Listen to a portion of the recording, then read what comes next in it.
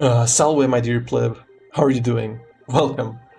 Tell me, have you ever stopped to think about big questions? Questions bigger than yourself. Questions like, why do natural disasters happen? Why do wars begin?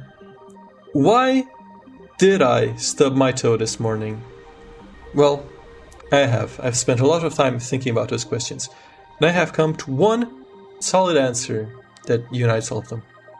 And the answer is that you, in specific, fucked up. Yeah, I know it's a shock to hear this all of a sudden, but don't worry. I am here to educate you and tell you what you did wrong and how you can fix it. Let's start at the beginning, to make it easier to explain to your tiny pleb brain. What even is a god? So we all know what a god is, right? Or do you? You don't. A god is essentially, to Romans, in a broad sense, like, obviously if you ask one person, they're going to have one answer. And if you ask another, they're going to have another.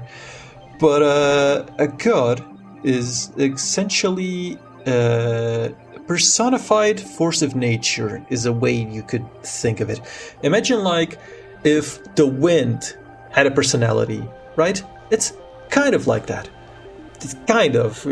I'm simplifying a lot, but it's essentially how it is. So Greeks usually had a different concept of how a god would be. It was essentially fancy Superman with magic powers, right?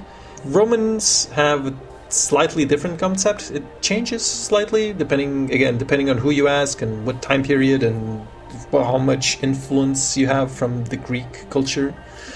But it's essentially that. It's essentially just a personified force of nature. Like a wind with personality is a good example. So, the gods need to be worshipped, right? They need to be believed. There's a lot of them. There's so many of them. Maybe I'll tell you how many there are in the future in another video. But that's not for now. We don't need to worry about who the gods are, what they do, how many there are. We don't need to worry about that. All we need to worry about is that gods exist. There's a lot of them. And we need to keep not all of them, but most of them happy, right? And you, me, and all of us together at the same time, right? Because if you piss off the gods, then the gods are pissed off at you, right? And that's no skin off my bone. But if you piss off the gods enough, then they get pissed off at me as well. Like I'm caught in the crossfire, and that's a problem. I do not want to be caught in the crossfire. So there's multiple levels to maintaining Pax Deorum. The first level is a personal level. You have to do your individual part in keeping the gods happy. And I would do my part as well. And then we also get together as a community and do communal rituals and, holy festivals to the gods so that they are happy. So that they can see how pious we are. And Pax Deorum is, as I'm sure you speak Latin and can understand the words, wink wink nudge nudge, it means the peace of the gods. So it can be thought of... Okay, so Pax Deorum can be explained by comparing it to other cultures, right? Okay, so let's imagine the Aztec culture, or more broadly Mesoamerican cultures, right? So you can imagine the priest with the human sacrifice at the top of the pyramid, and they do the blood sacrifice and they keep the gods happy, right? Okay, now just replace the pyramid with the Colosseum, the Mesoamerican priest with a Roman man, and the blood sacrifice with extra steps, and that's essentially the same thing, right? It basically translates as doing things to keep the gods happy, and the gods give us their peace, the Pax Deorum. Essentially, they keep famine away, they keep war away, they make sure that the country, the republic, is taken care of. That's essentially Pax Deorum. And that is why we need to keep the gods happy, right? That's why we all need to do our part.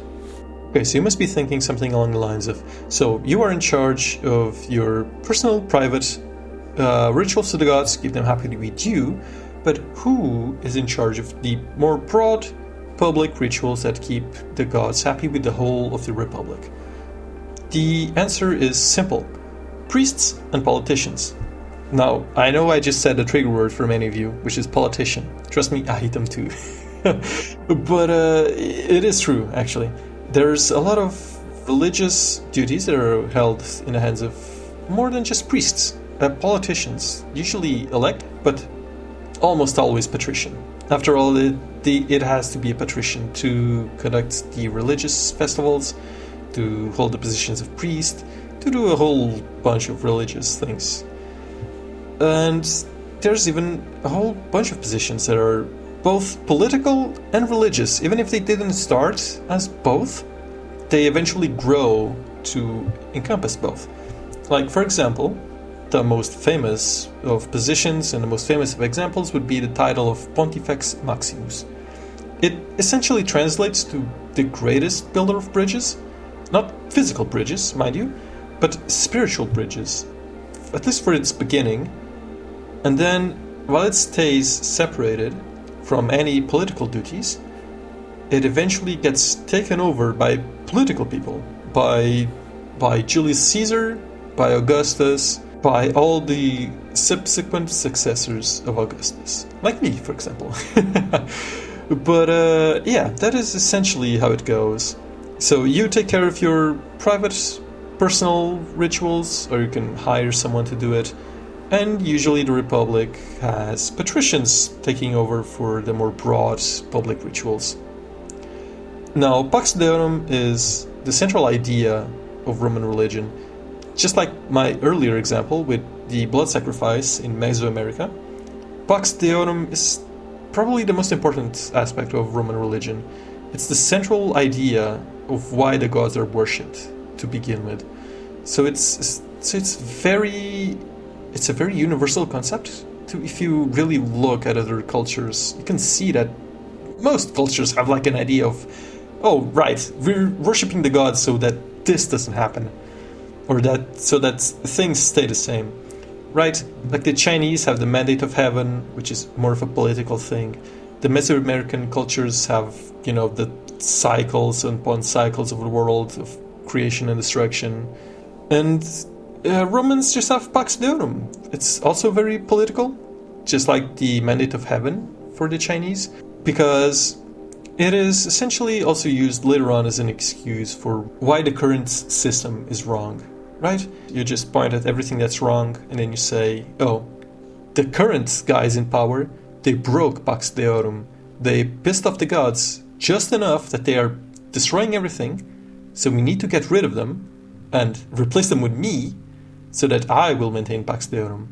So that is essentially Pax Deorum. To make a long story short, it is why we worship the gods. And we worship the gods because we don't want to get fucked up. That is essentially it. So peace is good, and we worship the gods so that we can stay in peace. Not just us individually, but the entire of the Republic. There is so much more that you can explore on Pax Deorum, but because it is such a broad and fundamental topic for Roman religion, it is essentially very difficult to find anyone talking only about Pax Deorum. Usually they would talk about, the many rituals that are done for the many, many gods. But I'm sure we'll get to approach those topics in due time, so don't worry about that. But yeah, thank you everybody for joining me. Hope everybody has an enlightening experience. I hope everybody understood my explanation of Pax Deorum. If you didn't, don't worry. I am going to be honest. It's a very difficult topic to approach in the beginning, especially because it is so fundamental, right?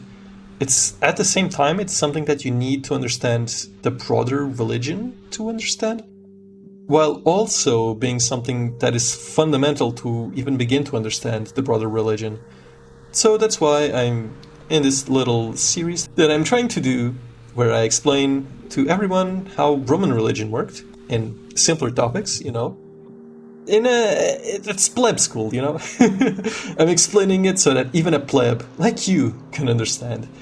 And Pax Deorum I hope is something that you now understand, so that next time we can continue exploring Roman religion.